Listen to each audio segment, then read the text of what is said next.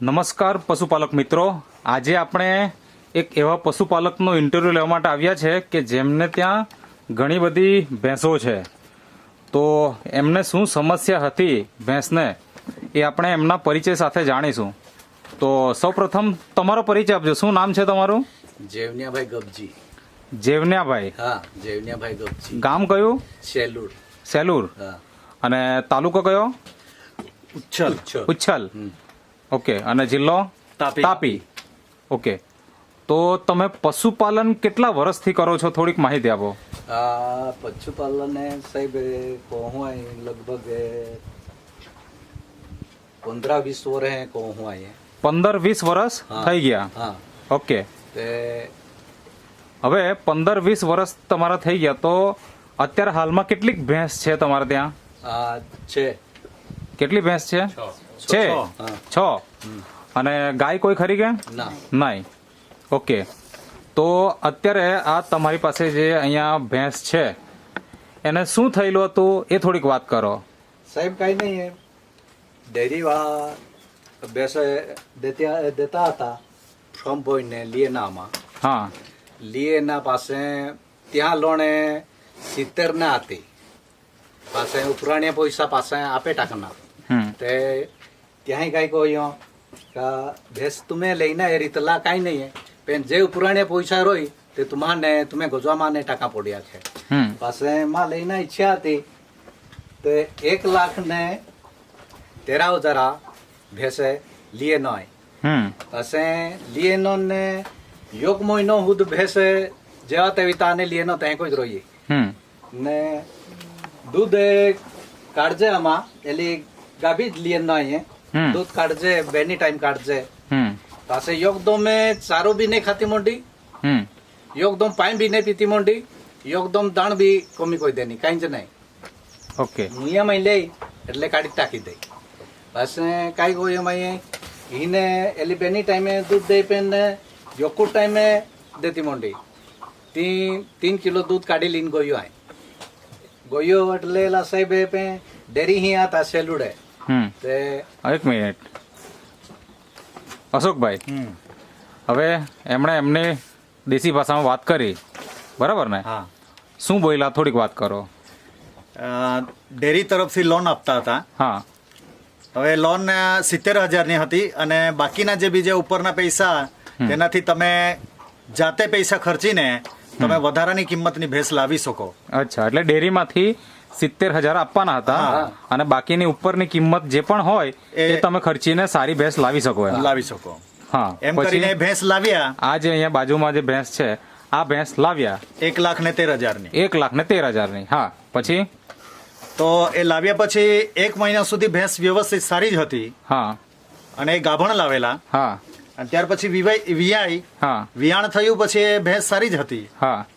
તો 1 મહિના પછી પ્રોબ્લેમ ઉભો થયો. અચ્છા. એ ઘાસ પણ ન ખાય, પાણી પણ ન પીએ અને દાણ પણ નહીં ખાય. એવી ભેંસની હાલત થઈ ગઈ. હા. પછી ડેરીમાં દૂધ ભરતા કે કેવું? એમ ડેરીમાં 2 ટંક જે દૂધ જતું હતું એ 1 ટંક થઈ ગયું. બરાબર છે. પછી શું થયું? ડેરીમાં ગયા અને પછી ત્યાં આગળ મીટિંગ સાંભળી કે શું કર્યું? પાસે મેં દૂધ ત્યાં દીધે નો. હા. ને એલા સાહેબ ત્યાં ગાડી હોમે જે આતી. હા સાહેબ. હા સાહેબ ની ગાડી ત્યાં હતી. હા. ગાડી ત્યાં હતી. પાસે અહીં બોવનીલી એનો ને એલા ચોરસા ચાલે એલા બીજા લેનારા હતા ત્યાં ચોરસા ચાલે. પાસે આમે ગો ને જે યો કે બહા ઓછું કોઈ ના હે તો બી ત્યાં જાતો. પાસે ત્યાં લે જૈન માં હોદ્યો ઘોડા ખાઈ ચાલે હે કોઈ. પાસે તો આખે પાટલા બી હે માહા બી હે એ કોઈ આખે. તો मैं ત્યાં બી મુયા હોય આખી દેનો કા આખું એલા હોડા તો ઠોગરો તા એ કોઈ આખું આઈએ. હા. એલા હોડા ઠોગરો તા આખું. પાસે બોળની લીન ગો બોળની થોઈ દેની ને પાછી એ નય આખું ચાલા માઈ તો ત્યાં માઈ ધિકારી તો દે નો પેન આખું આજુ બી જવા એ કોઈ આજુ ગયો ને પાસે માસ્તર આતો ગામમાં ને જે ત્યાં માઈ આખે માસ્તર કहीं કઈ ચાલે હે તેલો આખે કા દવા યોક દમે સારી હે હે આખે. તો मैं माँ मन में फंसी गयो आखो साला ओली में होगी पाटली लिए न 1,13,000 પાડલી લીએ નો ને ઓલા 1,000 રૂપિયા અહીં ખોરસી હી તો ત્યાં મેં કઈ વાંધો હોય માં નહીં કહીએ પાસે મેં 1,000 રૂપિયા દવા લી લેતી ને એલા સાહેબાલ મેં હોદ્યા ખૂન નહીં જતી ભેંસ હારી ઉસાબતી મોંડે તો પાછી તુમા યોગતે દાયા કા આખવાય હા તેને એલો આખે કા હા પાછી અમે એના રાજ આખે સાહેબે હા પાસે લી લેતી મેં ઇनको ગયો આખે એલો કઈ લીએ ના આખે આખું પાડલી વાટો દવા હે આખો પાસે એક મિનિટ શું કીધું એમણે થોડુંક જણાવો એટલે એમણે કીધું કે એક દિવસે ડેરી પાસે હા એવી જ રીતે રૂપેશ સર અને અમે કલ્પેશ સાહેબ વસંતભાઈ અને હું અમે એક કેનોપી લગાડી અને થોડુંક પશુપાલન માટે અવેરનેસ માહિતી આપતા હતા, હા. હા કામ કર્યું તો દૂધ ભરવા માટે આ જેવનિયાભાઈ આવ્યા હમ પછી આમ તેમ વાતચીત કરતા કરતા એમણે કીધું કે આવા તો ઘણા બધા ઠોગ આવે એમ ઠગ લોકો ઘણા બધા હોય હા એમ ઘણા છેતરી બધા આવે જાય ને ઠોગે ને જતા રહે એમ હા તો દૂધ ભરી દીધું એટલે આવો જ એક ભાઈ આ બી છે એવું થઈ ગયું એમ હા હા હા. હા એટલે દૂધ ભરી દીધું ને પછી ઘરે ગયા હા દૂધની બરણી મૂકી ને પાછા મનમાં શું થયું તો પાછા આવ્યા અચ્છા અને પાછા આવ્યા ને ત્યાં રૂપેશ સાહેબ માહિતી આપતા હતા બધી પેટ વેટ વિશે અને બીજી માહિતી આપતા હતા તે સમયે હા આ જીવનિયાભાઈએ આવીને મને અને વસંતભાઈને પૂછ્યું હા કે કેવું છે એમ હા તો અમે એમને કીધું કે આ પ્રોડક્ટ બહુ સારી છે વાપરવા જેવી છે તમને શું પ્રોબ્લેમ છે તે કેવું આ પ્રોડક્ટ છે હા પશુ માટેની પેટ વેટ હા એના વિશે માહિતી આપતા હા, હતા એના ને વિશે- એમણે પૂછ્યું કે આ ભાઈ કેવી વસ્તુ છે એમ તમને પૂછ્યું હા. અને આપણે કોને પૂછ્યું મને. વસંતભાઈને પૂછ્યું હા, મને પૂછ્યું તમને પૂછ્યું અશોકભાઈને હા તો મને પૂછ્યું તો એમણે કીધું કે આ પ્રોડક્ટ બહુ સારી છે હા. સાથે સાથે વસંતભાઈને પૂછ્યું હા. એમણે પણ કીધું કે પ્રોડક્ટ બહુ સારી છે એમ. બરાબર છે એટલે તમે શું પ્રોબ્લેમ છે એવું એમને પૂછ્યું હા એમણે જે ભેંસને પ્રોબ્લેમ હતા હમણાં જે એમણે કીધું કે પાણી નથી પીતી ઘાસ નથી ખાતી કે જે પ્રોબ્લેમો હતા તે કીધા પછી રૂપેશ સાહેબે એમને કીધું કે આ પ્રમાણે જો તમે ખવડાવશો તો 5 ચમચી સવાર સાંજ આપો તો આ પ્રોબ્લેમ તમારા સોલ્વ થશે અને 5 દિવસમાં તો એ થઈ જ જશે એવું કીધું અચ્છા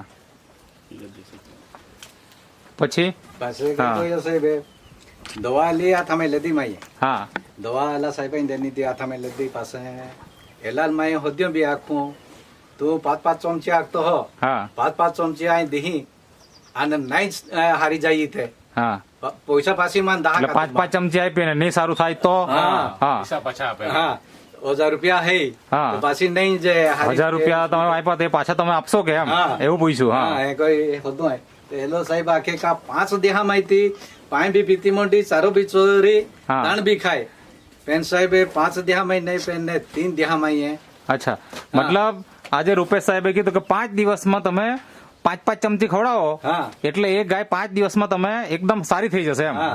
પણ તમે ખવડાવવાનું ચાલુ કર્યું હા અને 3 દિવસમાં તમને રિઝલ્ટ મળી ગયું હા રિઝલ્ટ મળી ગયું બરાબર બરાબર. એટલે કે ચારો અને પાણી જે ખાવાનું છોડી મૂકેલું હતું એ 3 દિવસની અંદર આ વસ્તુ વાપર્યું આપણું પેટવેટ એટલે ખાવાનો ખોરાક ચાલુ થઈ ગયો માનો કે આ વસ્તુ નહીં મળેલું હોતે તો શું થતે મરી જતો હા, એ લોકોને- પૈસા વાળી હળો લાગલો માન એલી તો જાતી જ રહી એક જ વિશ્વાસ માન તો ઓડો લાગી ગયો નો ગુરુ કઈ નહીં 1,13,000 લી ન પેને લી પોતી જાય એક જ લાગે એટલે ઉઠતી પણ નહીં હતી એમ અચ્છા હા. અને એ લોકોને બંને જણને એ લોકોને ઘરે એવું જ લાગ્યું કે હવે ભેંસ જીવશે નહીં મરી જ જશે એવું જ લાગ્યું પણ આ પેટ વેટ આપ્યું તો 3 દિવસમાં એમને રિઝલ્ટ મળી ગયું અને ભેંસ ઉઠી અને દૂધ પણ વ્યવસ્થિત આપવા લાગી અને વ્યવસ્થિત એકદમ તંદુરસ્ત થઈ ગઈ તો પહેલા કેટલું દૂધ આપતી અને અત્યારે હાલમાં કેટલું દૂધ આપે જ્યારે બીમાર હતી ત્યારે કેટલું દૂધ આપતી 4 લીટર આપે હા ને હમણાં હમણાં બી 4 આપતી છે ને ત્યારે બીમાર હતી ત્યારે કેટલી આપતી એક જ ટંક આપતું અત્યારે એક ટાઈમ 3 લીટર આપે બીમાર હતી ત્યારે કેટલું આપતી 2 ટંકનું હતું ને તે એક જ ટંક એક ટંક થઈ ગયેલું હા અને અત્યારે 2 ટંક આપે હા, તો એક ટંક કેટલું આપે 4 4 એટલે સવાર સાંજ 8 લીટર બરાબર અને જ્યારે બીમાર પડેલી ત્યારે ખાલી એક જ ટાઈમ આપતી એક જ ટાઈમ 3 3 લીટર આપતી લીટર, હતી બરાબર છે હવે બીજું એ વસ્તુ એ છે કે આજે ઘણા બધા લોકો પશુપાલન તો કરતા જ હોય છે, બરાબર, અને પશુઓને બીમારી પણ વધતી ચાલી છે. તો આ પાવડર વિશે તમારે શું કહેવું છે? ખવડાવવો જોઈએ કે નહીં બધાએ? પાવડર વિશે તો સાહેબ એકદમ એક નંબર પાવડર. એક નંબર. હા. મતલબ તમે જે વિચારેલું કે આ ભાઈ ઠગ છે એવું, હા. તો એવું ઠગ નથી ને? ના હા. મતલબ તમને કોઈ ફસાયા નથી. નથી. બરાબર છે. ખૂબ ખૂબ આભાર તમારો. અને અશોકભાઈ, હવે ઘણા બધા મિત્રો આ વિડીયો જોશે બરાબર. અને એમને આ પશુપાલનની આપણી જે પેટવેટ નામની પ્રોડક્ટ છે એ જરૂર છે જ, અને એ લોકો સંપર્ક કરવા માંગતા હોય કે ક્યાંથી મળશે, તો એના માટે તમારો સંપર્ક નંબર આપો. મારો સંપર્ક નંબર છે 9925959981. ઓકે. આ નંબર પર મારો કોન્ટેક્ટ કરી શકો છો. ઓકે. તો તમે જે ઇન્ટરવ્યુ આપ્યો તે બદલ તમારો ખૂબ ખૂબ આભાર.